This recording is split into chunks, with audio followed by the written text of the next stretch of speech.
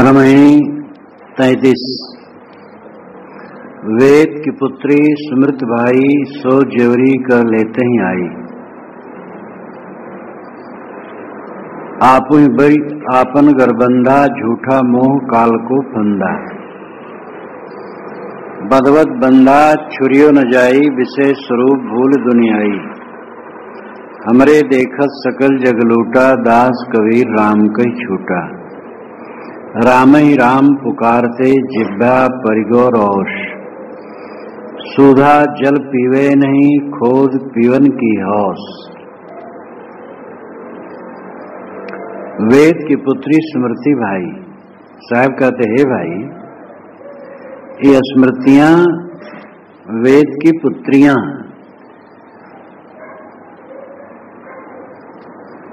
वेदों में कर्मकांड के मंत्र अधिकतम और सरल ढंग से उस समय लगता है वो लोग यज्ञ करते होंगे। जब यज्ञों का विधान बढ़ा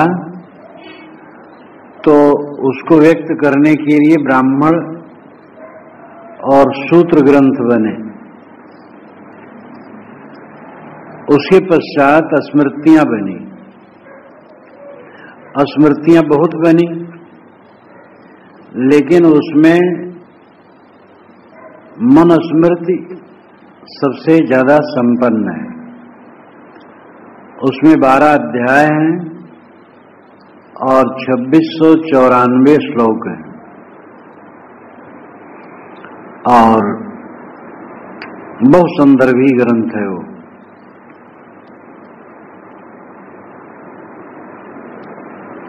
वेद की पुत्री स्मृतियां वे जेवरी कर में लेकर के आई, बंधन हाथ में लेके आई हैं।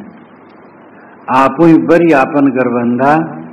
आदमी ने अपने हाथ से रस्सी बटी और अपना गला बांध लिया। झूठा मोह काल को फंदा। साहब कहते ये मोह झूठा है और काल का फंदा है। स्मृतियां आदमी को बांधने के लिए आई। क्या ये सच है? क्या स्मृतियों में केवल बंधन है, उसमें कोई अच्छी बात नहीं है? ये प्रश्न हो सकता है। लैला मजनू विदेशिया ददरिया की किताब में भी कुछ न कुछ अच्छे अंश होते हैं, तो स्मृतियों में कोई अच्छी बात ही न हो ऐसी बात नहीं। स्मृतियों में अच्छी अच्छी बातें हैं, बहुत अच्छी बातें हैं। मनुस्मृत में ही सर्वम परवशम दुखम सर्वम आत्मवशम सुखम ये मानो महामंत्र है। परवस्था ही सब प्रकार दुख है, आत्मस्वस्था ही सब प्रकार सुख है। लेकिन उनमें मानवता के बीच में भेद डालने की बातें बहुत हैं। जितनी स्मृतियां सबकी यही लीला है। जो संपन्न स्मृति है मनुस्मृति, उसको लेकर के विचार किया जाए तो उसमें भी ये सारी बातें हैं। यद्यपि मन इत्यादि का नाम लेकर के पंडितों ने लिखा है। ऋग्वेद में मानव का पिता मन को कहा गया है। ऋग्वेद के प्रथम मंडल के 80वें सूक्त में 114वें सूक्त में, दूसरे मंडल के 33वें सूक्त में मन को मनुष्य का पिता कहा गया, मानव समाज का पिता। पुराणों के अनुसार ब्रह्मा के दाहिने बाएं कंधे से ब्रह्मा के दाहिने बाएं कंधे से मन और शत्रुपा हुए और मन शत्रुपा से सृष्टि आरंभ हुई। ये तो काल्पनिक है, लेकिन सभ्यता के उषा काल में मन हुए हैं। उस समय वर्ण व्यवस्था और जात-पात संबंधी घृणित भावनाएं थी ही नहीं। और मनुस्मृत रचना ईसा के 100-200 वर्ष पूर्व है। पाणिनि के व्याकरण के अनुसार है। पाणिनि उनसे 200 वर्ष और पहले हुए हैं। कौटिल्य अर्थशास्त्रम और मनुस्मृति दोनों पाणिनि के व्याकरण के अनुसार है। ग्रंथों की कसौटी करने से उनके काल का निर्धारण हो जाता है। तो मनुस्मृति की रचना ईसा से 100-200 वर्ष पूर्व है, तो मनु कैसे बनाए होंगे? लेकिन ऋषियों का नाम लेकर के पंडितों ने भुनाया है अपनी मान्यता को, और ऐसी ऐसी घृणित बातें उसमें हैं बीच बीच में शूद्र कहे जाने वाले बंधुओं के लिए, जो न्याय नहीं। कर्म कांड का पचड़ा अलग है। दो भयंकर दोष, एक तो मानव के बीच में भेदभाव की खाई, और दूसरा कर्मकांडों का चक्कर। कर्मकांड में विवेक विचार से कोई मतलब नहीं होता, बस कर्मकांड का विधान है। इस यज्ञ में इतनी लंबी चौड़ी वेदी बनेगी, इतनी खूटियां गाड़ी जाएंगी, और सोमरस का पात्र यहां रखा जाएगा, इतनी रोटियां पकाई जाएंगी, इस ढंग से हवन किया जाएगा, इस ढंग से पशु मारा जाएगा, इस ढंग से उसका मेदस निकाला जाएगा। कोई विवेक विचार से मतलब नहीं, बस उनका प्रपंच है। इन प्रपंचों की पुष्टि कर्मकांडों की और जात पात की भावना को लेकर के मनुष्य के बीच में भेदभाव डालना, ये बहुत दुखद है। और इसका प्रपंच सब स्मृतियों में है। साहब ने कहा कि वेद की ये पुत्रियां हैं स्मृतियां। साहब कितना उसके भेद को जानते थे, ये बीजक पढ़ करके समझा जा सकता है।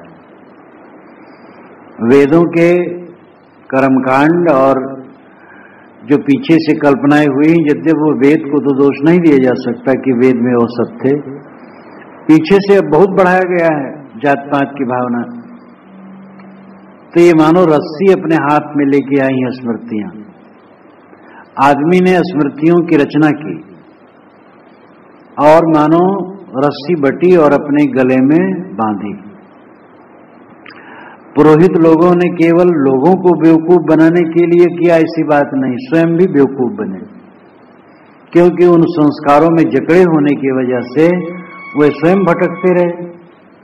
ब्राह्मण के घर में ही जब बच्चा पैदा होता है और 27 पढ़ता है, वो भी परेशान होता है, वो भी, उसको भी विश्वास है कि 27 दिन तक बच्चे का पिता उसकी आवाज न सुने, और 27 कुआं का पानी, 27 जंगल का लकड़ी, और 27 का चक्कर, 27 ब्राह्मण की पूजा और भोजन, और एक कलश जिसमें 27 टोटियां हों, उसमें तेल भर करके, और पूजा का जो चक्कर है, वो सारा चक्कर वो ब्राह्मणों के मत्थे भी पड़ता है। अपना भी बेवकूफ बने, दूसरे भी बेवकूफ बने। तो अपने हाथ से गले में रस्सी बांधी, स्वयं बटा और बांधी। साहब कहते झूठा मोह काल को फंदा। ये मोह झूठा है और काल का फंदा है। वेदों के बनाने वाले तुम, स्मृतियों की रचना करने वाले तुम, कर्म कांडों के प्रपंचों का विस्तार करने वाले तुम, जात पात की भावना भी प्रकट करने वाले तुम विचार करो कि वास्तविकता क्या है।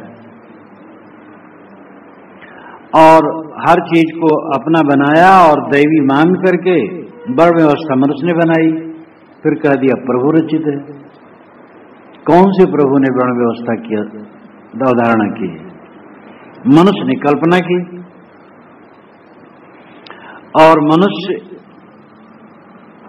उसके चक्कर में पड़ करके भटकाव में पड़ा। ऋग्वेद में एक बार ये बात आ गई कि विराट पुरुष के मुख से ब्राह्मण हैं, हाथ से क्षत्रिय हैं, जंघे से वैश्य हैं, पैर से शूद्र हैं, अब इसका विस्तार तो होना ही था। तो शूद्र को पैर से पैदा ही होने की बात नहीं, किंतु पैर से रगड़ने की भी बात आई। और ये कहावत हुई, बेरहा बतियाएं शूद्र लतियाएं। बाढ़ को बत्ती बांधो, बाढ़ लगा दिए और वैसे स्वतंत्र है तो कोई पशु घुस जाएगा, लेकिन बत्ती बांध करके कस दो दोनों तरफ से, तब पशु नहीं जाएगा। तो बेरहा बतियाएं और शूद्र लतियाएं। शूद्र को लतियाओ, पीटे रहो तो वो ठीक रहेगा, नहीं सिर उठाएगा। ये धर्म के नाम पर हुआ। धार्मिक जो लोग थे वो ऐसा कहते थे कि शूद्र के घर में वस्तु न होनी चाहिए, उनके छप्पर में छेद होना चाहिए, जैसे पानी बरसाए तो घर में वो बैठ न सके। आकर के दरवाजे पर कोई रस्सी बटे, कोई टोकरी बनाए, कोई कुछ करे, काम करे। अगर नीचू घर रहेगा तो वर्षा होगी, वो घर में सोएंगे। अगर उनके घर के पिछवाड़ी जगह होगी कुम्हड़ा बोने के लिए भी, तो उसमें 10 मिनट लगा देंगे, उसका बाड़ बनाने के लिए, भौरने के लिए, पानी छोड़ने के लिए। उनके घर के पिछवाड़े कुम्हड़ा बोने के लिए भी जगह न हो, बिल्कुल निराधार हो, हरदम पैर चूमते रहे हमारे। ये सब वर्ण व्यवस्था का विकार इतना बढ़ाते ऊंच नीच की भावना कि हिंदू समाज का ही विनाश हो गया और गैर हिंदुओं का प्राबल्य भारतवर्ष में इसीलिए हुआ। इन वर्ण व्यवस्था के पाखंडी प्रपंच को इस्लाम ने और ईसाई मत ने चुनौती दी, और इस्लाम ने तो काफी प्रभाव डाला और करोड़ों हिंदुओं को अपना बनाया। और ये हिंदू नेता बेवकूफ बने बैठे रहे। जब कोई मुसलमान के साथ बैठ गया हिंदू, तो कहा तुम मुसलमान हो गए, अब तुम हिंदू नहीं। ऐसा एक कमजोर बने। तो भेदभाव की भावना स्मृतियों ने खूब बोया। साहब कहते झूठा मोह काल को फंदा। ये प्रभु वचन का झूठा मोह है। आर्ष पुरुष ने कहा है, आप्त पुरुष ने कहा है, और ये त्रिकालज्ञ ने कहा है, इसलिए इसको मानना चाहिए। झूठा फंदा, झूठा मोह और काल का फंदा, कल्पना का बंधन है। बदवत बंधा छुरियों न जाई, बांधने को तो गला बांध लिया, छुड़ाए छुटती नहीं। वो फांसी छुट नहीं रही। जात पात की गंदगी मनुष्य के दिमाग में इतनी गहराई से धंस गई है कि आज के विज्ञान युग में जबकि काफी उदारता बढ़ी है, तब भी वो उसकी दुर्गंधी पूरी निकली थोड़े है। पूरी क्या, अभी बहुत अवशेष है। और माने बैठे ये शूद्र हैं, ये ब्राह्मण हैं, क्षत्रिय हैं, वैश्य। करनी कुछ पता नहीं, करनी से कोई मतलब नहीं, बस मान करके। ये भूल ही जाना चाहिए कोई शूद्र है, कोई ब्राह्मण है, मनुष्य है बस, और कुछ नहीं। तो बांधने तो गला बांध लिए, अब छुड़ाए छुटता नहीं। विशेष स्वरूप भूल दुनियाई नाम दुनियादारी के लोग, संसार के लोग विशेष स्वरूप में भूल गए, विषय को ही स्वरूप मान लिए। स्वरूप उनको पता न रहा। स्वरूप तो अपना रूप है, जो चेतन है, विषय नहीं है। लेकिन विषय को ही स्वरूप मान लिया, देही को स्वरूप मान लिया। देह के नाम रूप वर्णाश्रम इत्यादि को अपने में सत्य करके मान लिया और उसी में भूल गए। हंस देह तज न्यारा होई, ताकि जात कहे धो कोई। स्याह सफेद की राता पीरा, आवरण वर्ण की ताता सेरा। हिंदू तुर्क की बूढ़ो बारा, नारी पुरुष का करो विचारा। साहब कहते हैं हंस शरीर छोड़ के जब अलग होता है तो उसको क्या कहोगे? कौन सी जात, कौन से वर्ण के कहोगे? ये सब बातें हमने अपने चित्त से उतार दिया। स्वरूप ज्ञान न रहा। सबके अंदर में जो हंस है वो क्या है? ब्राह्मण है कि शूद्र है, हिंदू है कि मुसलमान है? वो तो हंस है, चैतन्य है, ज्ञान स्वरूप है। लेकिन विषय स्वरूप भूल दुनियाई, ये दुनिया के लोग विषय ही अपना स्वरूप मान लिए, देह ही अपना स्वरूप मान लिए। और देह भी माने तो देह तो हाड़ चाम का सबका है, और क्या उसमें रखा है? हमरे देखत सकल जग लूटा, दास कबीर राम के छूटा। साहब कहते हमारे देखने में तो सारा जगत लूट गया और लूटा जा रहा है। हमरे देखत सकल जग लूटा। हमरे देखत से मतलब विनम्रतक भाव है, मेरी समझ से। हमरे देखत मतलब मेरी समझ से तो ऐसे लगता है कि सारा संसार अपने को लुटा दिया। अविवेक में पड़ करके अपनी वास्तविकता को भूल गए। एक को बिना शुभ गुण के ही घमंड हो गया कि मैं सबसे बड़ा हूं, और एक को मिथ्या ही अपने में हीन भावना आ गई कि मैं छोटा हूं। ये अपने आप को लुटा देना है, अपनी गरिमा को भूल जाना है। जो हंस चैतन्य सर्वोपरि है, वो अपने को कैसे ऊंच नीच की भावनाओं में सड़ डाला। दास कबीर राम के छूटा। साहब यहां व्यंग करते हैं उपासकों पर कि दास कबीर उपासक लोग तो राम कह करके भवबंधन से छूटना चाहते हैं। इसका भेद जानना चाहिए। बीजक में साहब ने अपने नाम को अन्य वचन के रूप में भी प्रयोग किया है। एक जगह नहीं किया है, अनेक जगह किया है। इसमें ऐसी अनेक जगहें आई हैं जहां पर उन्होंने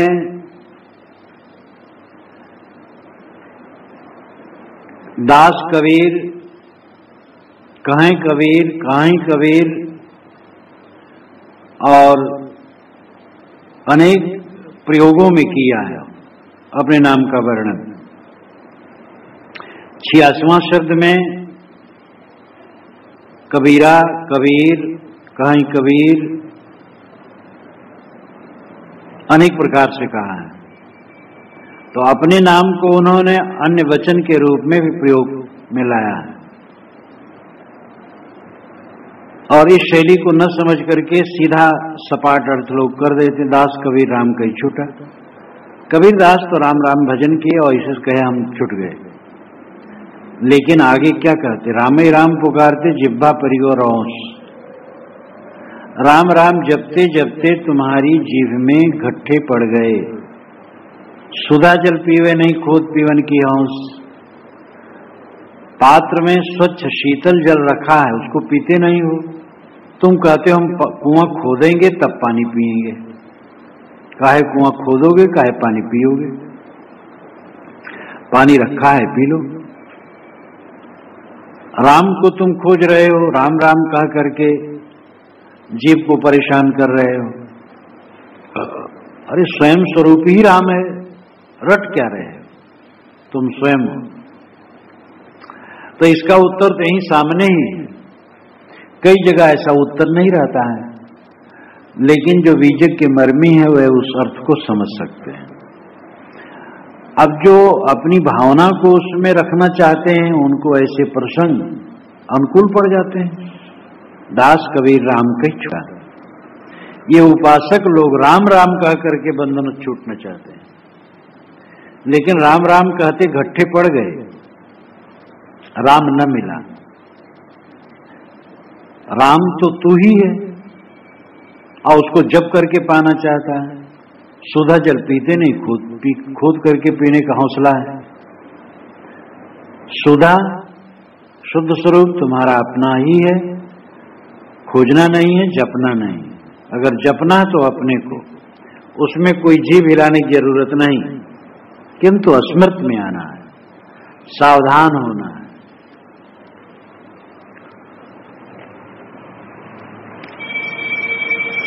पढ़ पंडित कर चतुराई, निज मुक्ति महकव समझाई। कहाँ बसे पुरुष कौन सा गाऊं, सो पंडित मोह सुनावहु नाऊं। चार वेद ब्रह्म निष्ठाना, मुक्ति का मरम उन्हों नहीं जाना। दान पुण्य उन बहुत बखाना, अपने मरण की खबर न जाना। एक नाम है अगम गभीरा, तावा अस्थिर दास कबीरा। चिवटी जहां न चढ़ सके, राई न ठहराए। आवागमन की गम नहीं, तहां सकलो जग जाए। ये 34वीं रमैनी में सद्गुरु मोक्ष का विचार रखते हैं। पंडित से प्रश्न करते हैं, पढ़ पढ़ पंडित कर चतुराई।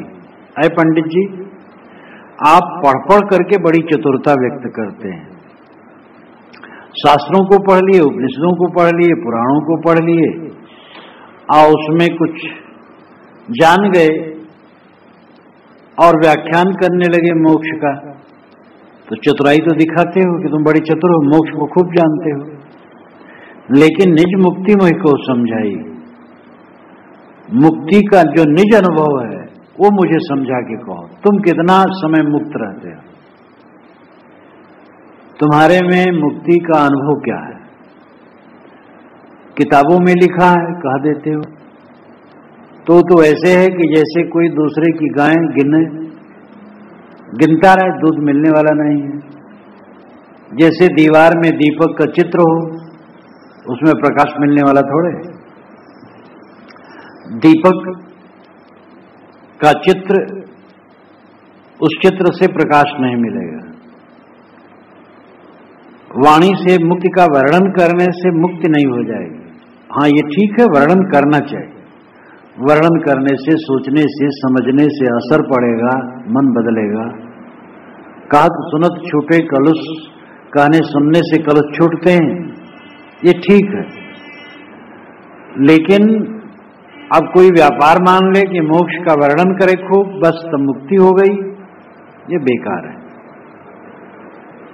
तो है पंडित जी, तुम शास्त्रों को पढ़ पढ़ करके अपनी चतुरता दिखाते हो और कहते हो हम मुक्ति धाम जानते हैं, लेकिन मुक्ति का तुम्हारा अपना अनुभव क्या है?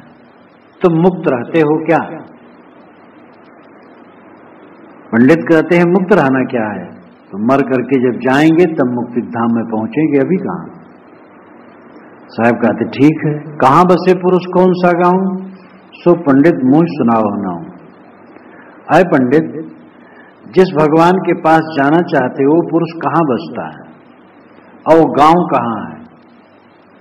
अय पंडित जी, उसका नाम मुझे बताओ।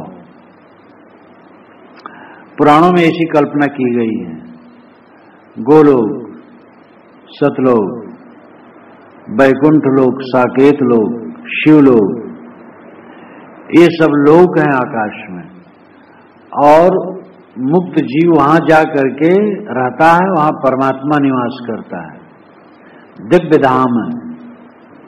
एक पुराण में तो मैं बचपन में पढ़ा था कि 12 सूर्य इतना प्रकाश वहां हर समय रहता है, लेकिन उस प्रकाश में गर्मी नहीं रहती, एकदम शीतलता रहती। बीच में वो ब्रह्म 12 प्रकाश के समान चकमकाता रहता है, 4 दरवाजे, और उन दरवाजों से जैसे कि कोई कृष्ण उपासक है तो गोलोक के दरवाजे से वो प्रवेश करता है, राम उपासक है तो साकेत लोक के दरवाजे से प्रवेश करता है। उसमें एक समन्वय किया गया कि सभी भक्त वो अपने अपने फाटक से पहुंच करके उसी ब्रह्म में पहुंच जाएंगे। एकदम बच्चों का खिलवाड़, प्रकाश है, फाटक है, वो मोक्ष क्या है? तो लोक लोकांतर मान करके मोक्ष का धाम वहां माना है, वहां भगवान रहता है। जब जीव यहां मोक्ष का काम कर लेगा तो वहां जाएगा, शरीर छोड़ने के बाद वहां रहेगा। ये सब बचकानी बातें हैं। जीत न तरे मुए का तरियो, जीते जो न तरे। जीते जीते मोक्ष नहीं हुआ तो मरने पर मोक्ष कैसे होगा? इसलिए जीवत ही करू आशा, संतो जीवत ही करू आशा। मोक्ष इसी जीवन में है, वासना का त्याग। ध्यान में जो संकल्पों के त्याग की बात बताई जाती है, तो केवल संकल्प न होना लक्ष्य नहीं। गाड़ी नींद में भी संकल्प नहीं रहते, लेकिन उससे कोई सफलता तो नहीं हुई। किसी कारण से कोई साधना में संकल्प रहित हो जाए कुछ समय के लिए, तो वो तो पूरी सफलता नहीं मानी जाएगी। सफलता तो है कि जब सब समय अनासक्त रहे, सब समय लगे कि हड्डी मांस का लोथड़ा लिए मैं घूम रहा हूं और ये कहीं मिट जाएगा। मेरा स्वरूप शुद्ध चैतन्य है, मैं बिल्कुल इससे निर्लेप हूं और इस स्वप्न के संसार से मेरा कोई संबंध नहीं। ऐसा सब समय चित्त में जागता रहे, तब असली दशा है। और जब उत्कट वैराग्य होगा तभी संकल्प शांत भी होते हैं। अब वैसे अभ्यास द्वारा भी निग्रह होता है। अभ्यास वैराग्य दो साधन है, अभ्यास वैराग्याभ्याम तन्निरोधः। तो बारंबार अभ्यास करने से भी चित्त निरुद्ध होता है। ये ज्योतिनाद बिंदु, किसी भी आधार बिंदु में बारंबार निगृहित करते करते चित्त निगृहित हो जाता है। लेकिन वैराग्य रीढ़ है साधना की। वैराग्य सब कुछ है। बोध के बाद तो वैराग्य ही बोध की व्याख्या है। बोध वही जो कि माने नहीं मन का, बोध वही जो कि गांसे फिरे मन का, मन का ना माने, मन को गांसे फिरे, तब बोध। अब बोध हो गया मैं शुद्ध चैतन्य हूं, अब इसे वासना में मन रम रहा है, तो वाणी भर है। इसलिए मोक्ष का अनुभव अनासक्ति, सब समय ऐसा चित्त छुटा हुआ लगे संसार से कि चाहे जब ये शरीर विसर्जित हो जाए कोई भय नहीं, कुछ पाना नहीं, कुछ होना नहीं, कुछ जाना नहीं, कुछ करना नहीं, सब पूरा है। सब समय जिसको पूरा लगे वो मुक्त है। तो लक्ष्य यह है कि सब समय अनासक्त रहे। अभ्यास काल में चित्त का निरोध ही उसकी सफलता है। चित्त शांत हो जाए, निर्विकल्प हो जाए। लेकिन ध्यान के बाद उसकी सफलता है विवेक में मन का निरंतर ढला रहना, हर समय विवेक में जागृत, तब ध्यान का फल है। साहब कहते हैं वो मोक्ष धाम कहां बसता है, भगवान कहां रहता है। चार वेद ब्रह्मे निष्ठाना मुक्ति कमरम उन्हों नहीं जाना। निर्भय कबीर कहते हैं ब्रह्मा ने चार वेदों को ठाना, लेकिन मुक्ति का मरम वे भी नहीं जाना। ठाना नाम स्थापित किया, निश्चय किया, प्रचार किया। वेद ब्रह्मा का रचा नहीं, वेद ऋषियों की रचनाएं। पिता पितामह परपितामह पुत्र पौत्र परपौत्र, पीढ़ी दर पीढ़ी के लोग वेद की ऋचाओं को लिखते रहे, बोलते रहे। लिखने को तो पता ही नहीं था उस समय, लिखना पढ़ना लोग जानते ही नहीं थे। मंत्र बनाते थे, याद करते थे, शिष्यों और पुत्रों को सुनाते थे, वो याद करते थे। एक दूसरे से लोग याद करते चले जाते थे। जब कभी लिखने का ज्ञान हुआ तो चाम पर, लकड़ी पर, कपड़े पर या वृक्षों के छाल पर उन्होंने लिखा, रखा। आग लगी, झोपड़ियां होती ही थी, ज्यादा जल गए। कभी जब जो कुछ जलने वलने से बचा संपादन किया गया, और वही चारों वेदों के नाम से प्रसिद्ध है। ब्रह्मा से इसे जोड़ा जाता है। तो ब्रह्मा कोई बड़ा संपादक होगा, उसने चारों वेदों का निष्ठाना यानी अपने आप में पक्का निश्चय किया और उसका प्रचार किया, उसके लिए श्रद्धा रखी। लेकिन मुक्ति का मर्म उन्होंने नहीं जाना, वे भी मुक्ति का मर्म नहीं जाना। ये कहना कोई मामूली बात नहीं है कि ब्रह्मा भी मुक्ति का मर्म नहीं जाना है। ये कबीर जैसे निर्भय ही कह सकते हैं। उस जमाने में और काशी में एक बार एक समाजी विद्वान ने पुस्तक ऐसे पढ़ी थी, मुक्ति का मर्म उन्होंने नहीं जाना, पढ़ा, अरे कहा अरे बाप रे बाप, ब्रह्मा भी मुक्ति मर्म नहीं जाने। फिर जब समझाया गया तो उनको महसूस हुआ ब्रह्मा कर्म कांडी और कर्म कांड का विस्तार वेदों में, तो मुक्ति मर्म, मुक्ति सुन से कोई मतलब ही नहीं। यज्ञ करो, हवन करो, तर्पण करो, खाओ पियो, मस्त रहो, सोमरस पियो, मर जाने के बाद भी फल स्वर्ग मिले, अप्सराएं मिले, मुक्ति कहां। कर्म कांड में मुक्ति कोई गुंजाइश नहीं। तो ब्रह्मा से मतलब यज्ञ के बड़े पुरोहित, कर्म कांड के विस्तारक, मुक्ति का मर्म नहीं जाने। दान पुण्य उन्हें बहुत बखाना, अपने मरण की खबर न जाना। उन्होंने दान पुण्य का बखान बहुत किया ब्रह्मा ने। या ब्रह्मा जो यज्ञ का महान पुरोहित, ब्रह्मा, होता, उद्गाता, अध्वर्य, ये चार मुख्य पुरोहित हैं यज्ञ के, और उनके और सहायक हैं तीन। ये सब उपनिषद सौरभ में मैंने लिख दिया है, शायद मुंडक उपनिषद में है।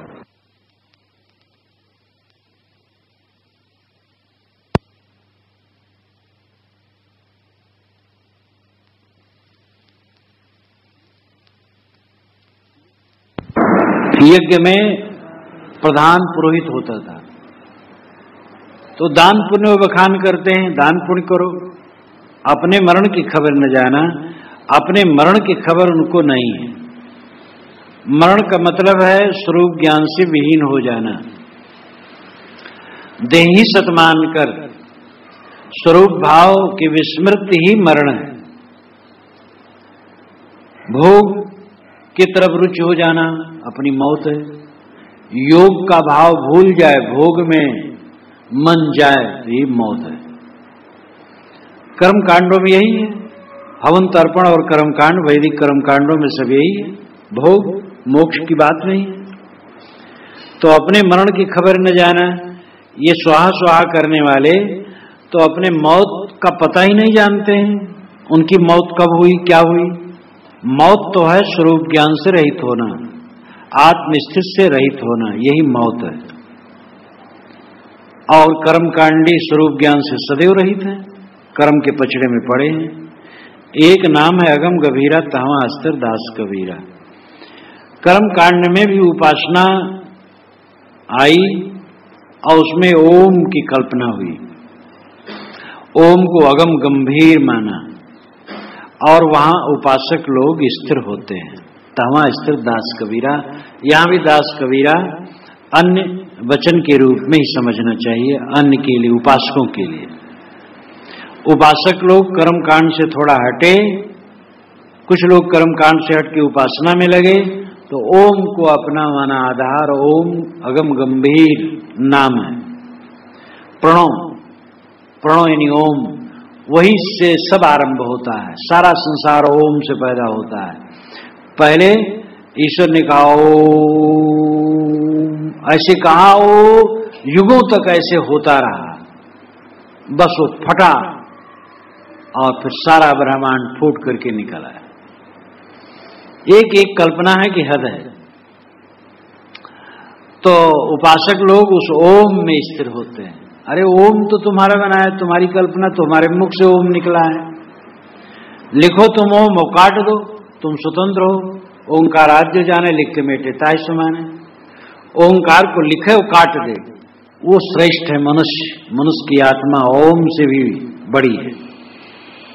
लेकिन ये विवेक न हुआ। चिवटी जहां न चढ़ सके, राई न ठहराए, आवागमन की गम नहीं, तहां सकलो जग जाए। जहां चिवटी न चढ़ सके और राई का दाना न ठहर सके। चिवटी हर जगह करीब करीब चढ़ जाती है और राई का दाना महीन बिंदु पर भी रुक सकता है, लेकिन ऐसा सूक्ष्म हो कि चिवटी भी वहां न चढ़ सके और राई का दाना भी न ठहर सके। वैसी जो अवागमन का गम नहीं, जहां आने जाने कोई गम न हो, पता न हो, इन्हीं आना जाना संभव न हो, तहां सकलो जग जाए। साहब कहते वहां सारा संसार जा रहा है। ये व्यंग है। चिवटी जहां न चढ़ सके, चिवटी से अर्थ वाणी, राई से अर्थ बुद्धि। वाणी से जिसका वर्णन न हो और बुद्धि जिसको निश्चय न कर सके, कहते हैं ऐसा अगम अपार भगवान का धाम है। लेकिन वहां सारा संसार कर्म कांड करके जाना चाहता है, कैसे जाएगा? अथवा जो निस्वरूप का बोध है, निस्वरूप की स्थिति है, वो वाणी और बुद्धि से ऊपर है। वाणी और बुद्धि के व्यापार को तुम मोक्ष मान लेते हो। बुद्ध से कल्पना करके लोकांतरों की मोक्षधाम मानते हो और वाणी से वर्णन करते हो, लेकिन मन और वाणी का जहां अंत होता है वो मोक्ष है। मन वाणी एक साथ रहते हैं, इस पर तो कई बार चर्चा की जाती है। मन चला वाणी चली, संकल्प उठते हैं उसमें वाणी रहती, शब्द रहता है। जैसे सड़क की याद आई तो सड़क एक आकार आया, सड़क का आकार आ गया और सड़क शब्द आ गया। पानी, गोबर, मनुष्य, बैल, भैंस, मकान, ये संकल्प उठते गए, उसके साथ शब्द चलते गए। तो मन और वाणी का अभिन्न संबंध है। मन जब शांत होता है तब वाणी शांत हो जाती है। मन वाणी का जहां अंत है वह पद स्वरूप स्थित है। लेकिन वहां सब लोग कर्मकांड का बोझा लाद करके जाना चाहते हैं, हवन तर्पण करके जाना चाहते हैं, केवल ओम इत्यादि की उपासना करके जाना चाहते हैं। ध्यान के लिए हमारे पूर्वज लोग कोई मूर्ति नहीं रखते थे, मूर्ति पूजा को बिल्कुल नहीं थे। मूर्ति पूजा तो पीछे से चली। मूर्ति पूजा का रोग हिंदू समाज को जैनों और बौद्धों ने दिया, और बौद्धों ने तो बहुत विस्तार कर दिया, जैनों ने भी कम नहीं किया। लेकिन जैन ज्यादा तपस्वी होते थे, इसलिए उनका प्रचार उतना सीमित रहा। बुद्ध से भी जैन का मार्ग बहुत पुराना है, लेकिन अति तपस्वी होने से उनका उतना विस्तार नहीं हुआ। बुद्ध मार्ग में छूट इतनी हुई, खान पीन सब छूट करते करते इतना छूट कर दिए कि आगे चल करके तो हद हो गया, इसलिए विस्तार बहुत हो गया और फिर विनाश भी हो गया। पूरा भारत में शून्य हो गया बौद्ध मत। अब भारत जब से आजाद हुआ है तब से थोड़ा आरंभ हुआ है, वो भी राजनीति लेकर, इसलिए बौद्ध मत का वास्तविक स्वरूप नहीं रहा। बौद्ध मत में जो पुनर्जन्म अत्यंत मान्य है, आधुनिक बौद्धों में उसका पता ही नहीं। तो बौद्धों और जैनों ने मूर्ति पूजा का रोग हिंदू समाज को दिया। ये जड़ता वहीं से आई। पहले ये सब कुछ नहीं था, तो मन को ठहराने के लिए कोई आधार चाहिए, इसलिए ओम की कल्पना ऋषियों ने की। और वो मन ठहराने के लिए ओम हो, ज्योति हो, नाद हो, बिंदु हो, कुछ ठीक है, लेकिन वो हमारे मन का आभास है, हमारे मन की कल्पना है, हमारा लक्ष्य नहीं है। ये बोध नहीं रहा। अब आदमी दृश्यभास में ही भटक गया। साहब यहां पंडितों को खूब लिए हैं। रमैनी 35। पंडित भूले पढ़िगुन वेदा, आप अपन को जानो न भेदा। संझा तर्पण और सटकर्मा, ई बहुरूप करें धर्मा। गायत्री जुगचारी पढ़ाई, पूछो जाए मुक्ति किन पाई। और के छिए लेत हो छींचा, तुम सो कहो कौन है नीचा। ई गुण गर्भ करो अधिकारी, अधिके गर्भ न होए भलाई। जास नाम है गर्भ प्रहारी, सोकस गर्भ ही सके सहारी। कुल मर्यादा खोई के खोजन पद निर्वाण, अंकुर बीज नशाई के नरभय विदेही थान। पंडित भूले पढ़िगुन वेदा। पंडित लोग वेद शास्त्र पढ़ करके अपने स्वरूप को भूल गए। बस वो वाणी का व्यापार ही सब कुछ समझ लिए, बरबर बोलना। एक पंडित ने कहा था मुझसे कि महाराज काशी में हम लोग बैठते हैं तो जब लोग आते हैं तो हम लोग ऐसा बोलते हैं कोई संबंध नहीं रहता है। जो ज्यादा अधिक श्लोक बोल ले जाए पब्लिक उन्हीं को तो बड़ा पंडित मानेगी। हम लोगों का सचमुच में असंबद्ध प्रलाप रहता है और वाणी का व्यापार रहता है। तो पंडित लोग वेद शास्त्रों को पढ़ करके अपने स्वरूप भाव को भूल गए। अरे वेद और शास्त्रों का रचयिता जीव है और जीव के स्वरूप ही को भूल गए। आप अपन को जानो न भेदा। आप नाम स्वयं अपन को, अपने स्वरूप भाव का भेद रहस्य नहीं जाने। आप अपन को पुरुषार्थ बारंबार जोर देते हैं। अपने आप का बोध, अपने आप का होशवास, अपने आप को समझना, ये सबसे बड़ी बात है। तो अपना रहस्य न समझे कि मैं कौन हूं। संझा तर्पण और षटकर्मा ई बहुरूप करें धर्मा। संझा संध्या का अपभ्रंश रूप है, तद्भव रूप है। संध्या तत्सम रूप है। पंडित लोग संध्या करते हैं, वो भी कोई करता होगा, कभी शायद जमाने में और लोग करते होंगे। आज तो 10-20 ब्राह्मणों के गांव में सर्वेक्षण करो तो कोई हो तो संध्या करता हो तो करता हो। संध्योपासना करने वाला ब्राह्मण भी खो गया। 3 समय संध्योपासना का विधान है, सूर्य उगने के पूर्व और मध्याह्न में और सूर्य डूबने के पूर्व संध्योपासना करनी चाहिए। और इसका अभिप्राय है कि प्रातः, मध्याह्न और सायं बैठ करके उपासना करो, आत्मचिंतन करो, अपने चित्त को शुद्ध करो, निरुद्ध करो, यही अर्थ है। वैदिक कर्मकांड के सहित संध्या उपासना की जाती है, संकल्प पढ़ा जाता है, पवित्र मंत्र ओम अपवित्र पवित्र हुआ, उसके पश्चात संकल्प, उसके पश्चात वेद मंत्रों द्वारा अनेक उसमें क्रिया की जाती है। पानी से छिड़का जाता है, फिर ध्यान किया जाता है, फिर गायत्री जप किया जाता है। तो संध्या करते हैं और तर्पण करते हैं। तर्पण कहते हैं तृप्त करने की क्रिया को, पानी उलीचना। और षटकर्म 6 कर्म करते हैं। एक षटकर्म है पढ़ना, पढ़ाना, दान देना, लेना, यज्ञ करना, कराना, ये 6 कर्म है। सभी ब्राह्मणों का यही काम है। जब निर्धारित किया गया था तो यही था, यज्ञ करो स्वयं और दूसरे का भी कराओ, विद्या पढ़ो और दूसरे को पढ़ाओ, दान दो और दान लो, ये 6 कर्म है। और नित्य 6 कर्म है,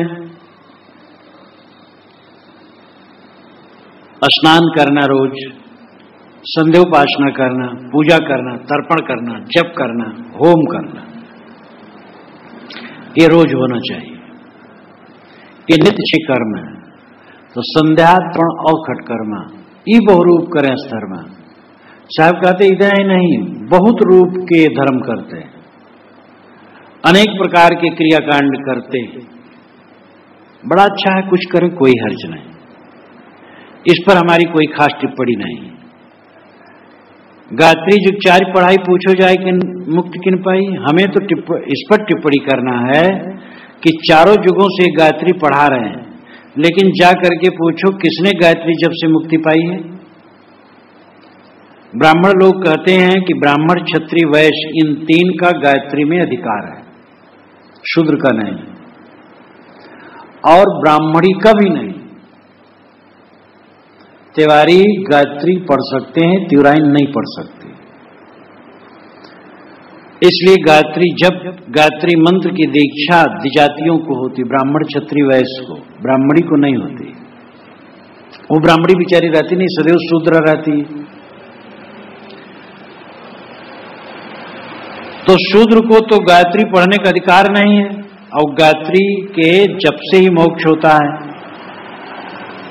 इसलिए शूद्रों का मोक्ष में अधिकार नहीं। साहब कहते मान लिया तुम्हारी बात, उनका अधिकार नहीं है। लेकिन अब तुम ये बताओ कि जितने लोग गायत्री जपने वाले हैं सब तो मुक्त होना चाहिए। ये बात सिद्ध हो जाए तो तुम्हारी बात बिल्कुल प्रामाणिक है। चारों युगों से गायत्री तुम पढ़ा रहे हो द्विजातियों को, लेकिन जा करके उनसे पूछो किसने मुक्ति पाई गायत्री जप से। गायत्री जप रहे हैं, तंबाकू खा रहे हैं, गायत्री जप रहे हैं, मांस भी खा रहे हैं, शराब भी पी रहे हैं, झूठ भी बोल रहे हैं, मोह माया में तो डूबे। मान लो कि ऐसे भी कर्मकांडी ब्राह्मण होंगे जो मांस, शराब ये सबसे रहित, लहसुन प्याज भी नहीं खाएंगे, सदाचारी, लेकिन वासना में डूबे, मोह माया में डूबे हैं। तो गायत्री जपने मात्र से किसकी मुक्ति हो गई? गायत्री एक छंद है, वेदों में अनेक प्रकार के छंद है, गायत्री भी एक छंद है। ये प्रसिद्ध गायत्री विश्वामित्र की रचना है और ये गायत्री द्विजातियों की दीक्षा में किसी काल में नियुक्त हुई। वेदों में कहीं यज्ञोपवीत का पता नहीं चलता है। वैदिक काल में इस गायत्री को जप करके लोग ब्राह्मण बनते थे, इसका कहीं पता नहीं। यज्ञोपवीतम परमम पवित्रम ये सूत्र ग्रंथों में मिलता है और ये कोई 2500-2700 वर्ष आज से पुरानी रचना है। वेदों में कहीं यज्ञोपवीत का पता नहीं। मेखला का पता है, मेखला माला की तरह गले में पहनने की बात आती है, लेकिन यज्ञोपवीत का पता नहीं चलता है। तो गायत्री पढ़ करके मुक्ति हो गई, इसलिए शूद्रों की मुक्ति नहीं होगी, ये बकवास है। शूद्र ब्राह्मण कुछ नहीं। सदाचार कल्याणकारी है, वासना के त्याग से मोक्ष होता है, गायत्री जपने से नहीं। गायत्री इत्यादि कोई नाम जपे अपने मन की निरोध, संयम, सदाचार के लिए ठीक है, लेकिन वो सीधे मुक्ति दे देगी। और गायत्री का अधिकार जिसको नहीं, वो मुक्त नहीं हुए तो मेरा अधिकार है बकवास है। शूद्र कहे जाने वाले व्यक्तियों को गायत्री पढ़ाई जाए और गायत्री बोल न पाए तो समझ लिया जाए अधिकार नहीं। बैल को अधिकार नहीं है, बैल से कहो गायत्री जपो ओम भूर्भुवः स्वः तत्सवितुर, वो नहीं बोल पाएगा तो उसको अधिकार नहीं। और जिसका नाम शूद्र उससे काला औका लेगा तो कैसे नहीं अधिकार है? इसलिए अधिकार का बकवास। दूसरे अधिकार तुम मान भी लो तो उससे मुक्ति उक्ति होने वाली नहीं। और कि छे ले तो छींचा, तुमसे कहो कौन है नीचा।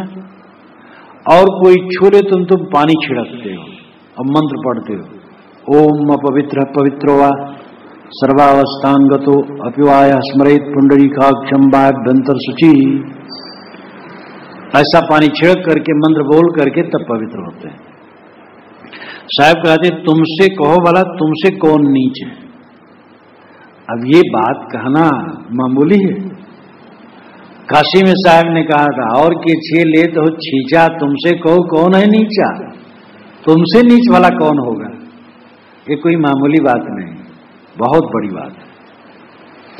और वह व्यक्ति कह रहा है जो झुग्गी झोपड़ी, जुलाहों की झुग्गी झोपड़ी में पाला गया था। कोई ब्राह्मण के घर में पाला जाता वो कहता तो भाई चलो साहस था। हिंदू के घर में भी नहीं, मुसलमान के घर में, और वो मुसलमान भी नहीं, सैयद पठान शेख जुलाहा। हिंदू समाज में जैसे निम्न वर्ग जिसे कहते हैं निम्नतम, वैसे मुसलमानों में निम्नतम जुलाहे दुनिया जुलाहा है। तो हिंदू भी नहीं मुसलमान, और मुसलमान भी साधारण ऊंचा नहीं, बहुत निम्नतम जुलाहे की झुग्गी झोपड़ी में पाला गया बच्चा ये कह रहा है। कितना बड़ा साहस का पाठ है। जो लोग अपने को मानते हम तो इस जात के हैं, अरे हम तो इतना कम पढ़े हैं, हम तो पिछड़े हैं, बैकवर्ड हैं, उनको समझना चाहिए कबीर साहब क्या थे। कबीर साहब के लिए तो कोई कह सकता हम बैकवर्ड थे, कबीर साहब तो बैकवर्ड भी नहीं थे। उनको कुछ कह नहीं जा सकता है, पैदा कहाँ हुए कोई जानते नहीं, पाले गए गरीब के घर में। लेकिन हीन भावना की ग्रंथि कहीं है उनकी वाणी में? कहीं हीन भावना की ग्रंथि गरजते हैं एकदम जीवन भर। इसलिए कबीर साहब के व्यक्तित्व में पूरी मानवता के लिए महान साहस का पाठ है और वे स्वर्ण स्तंभ और प्रकाश स्तंभ की तरह संसार में खड़े हैं। कितने महात्मा हुए, राजक घर में पैदा हुए, पंडित के घर में पैदा हुए, ठाकुर के घर में पैदा हुए, सेठ के घर में पैदा हुए।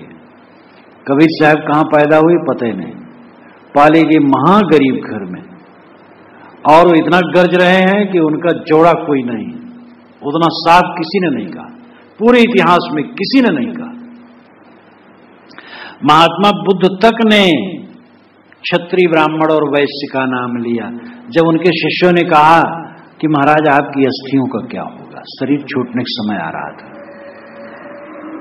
महात्मा बुद्ध ने कहा तुम लोग साधु संतों अपना ध्यान भजन करो, तुम इस चक्कर में क्यों हो? तो क्षत्रिय ब्राह्मण वैश्य इसको पूजेंगे, तो क्षत्रिय नाम पहले लेते थे, क्षत्रिय का महत्व ज्यादा था उनके विचार से।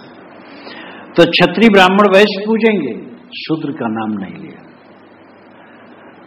इस संसार में, भारतवर्ष में कबीर ने जितना खुल के साफ कहा किसी ने नहीं कहा।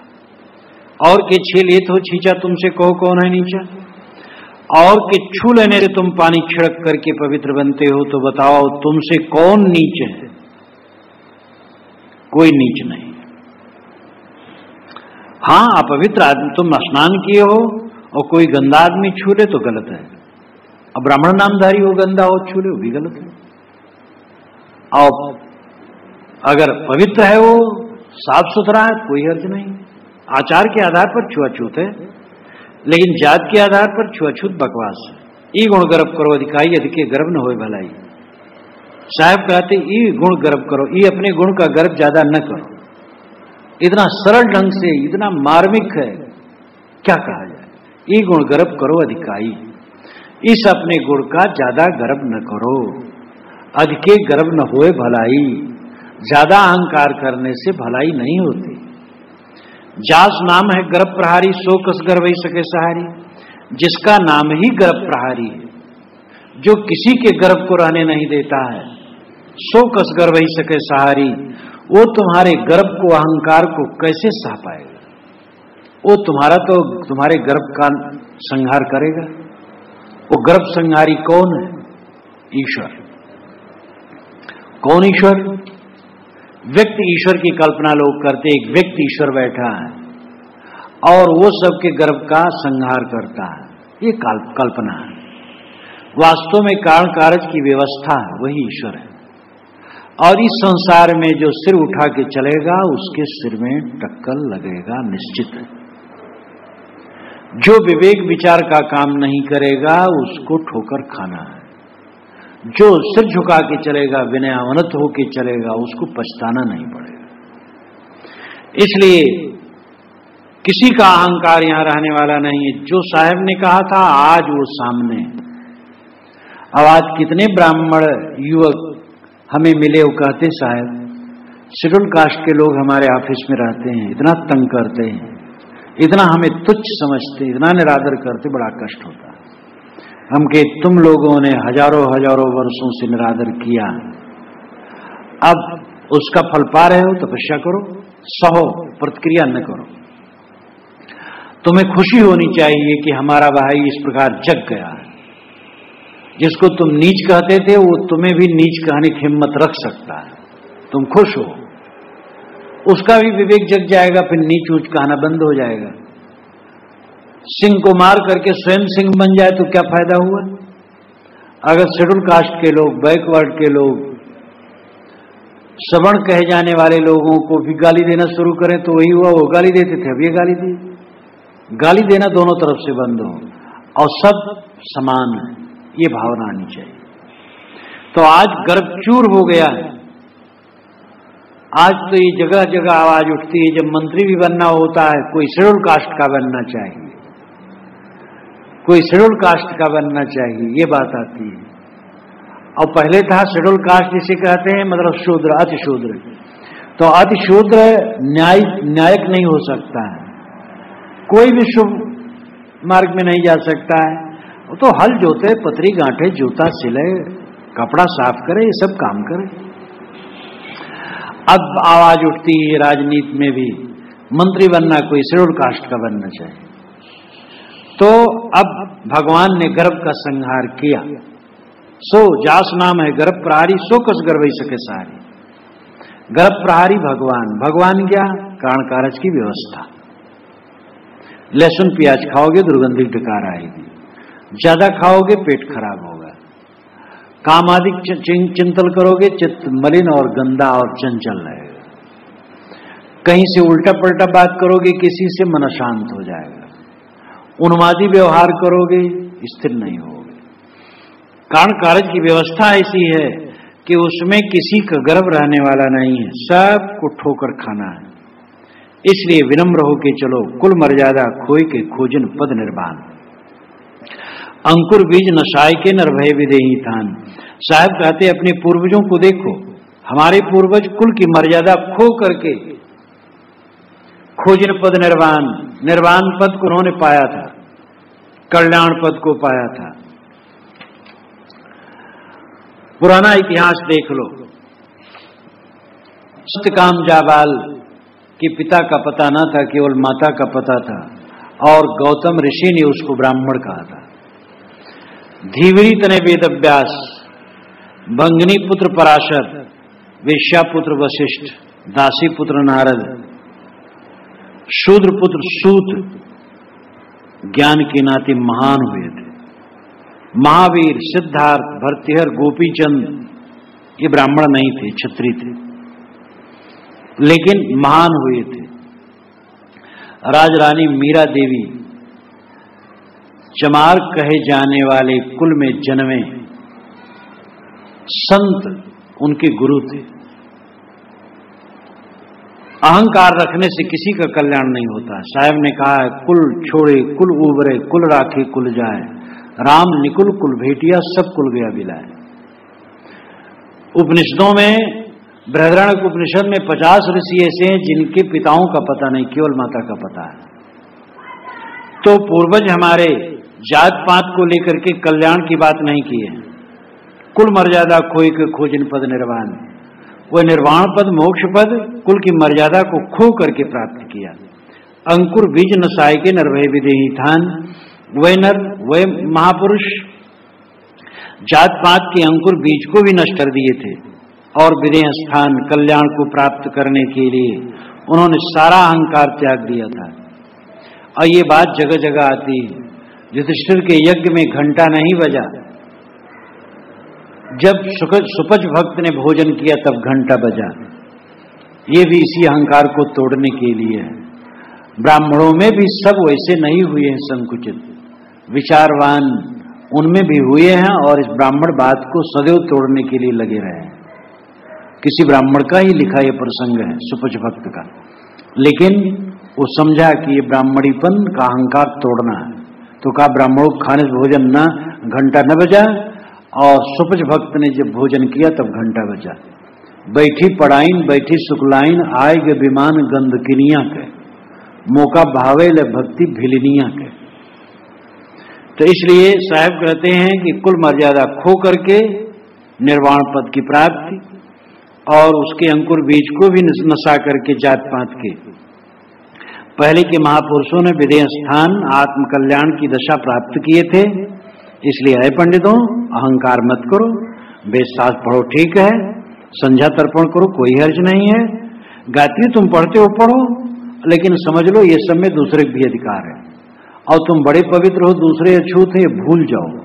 हाड़ चाम तुम्हारे शरीर में है, टट्टी तुम्हारे पेट में भरी है, दूसरे के पेट में है, हंस सब में समान है, इसमें कौन छोटा बड़ा है।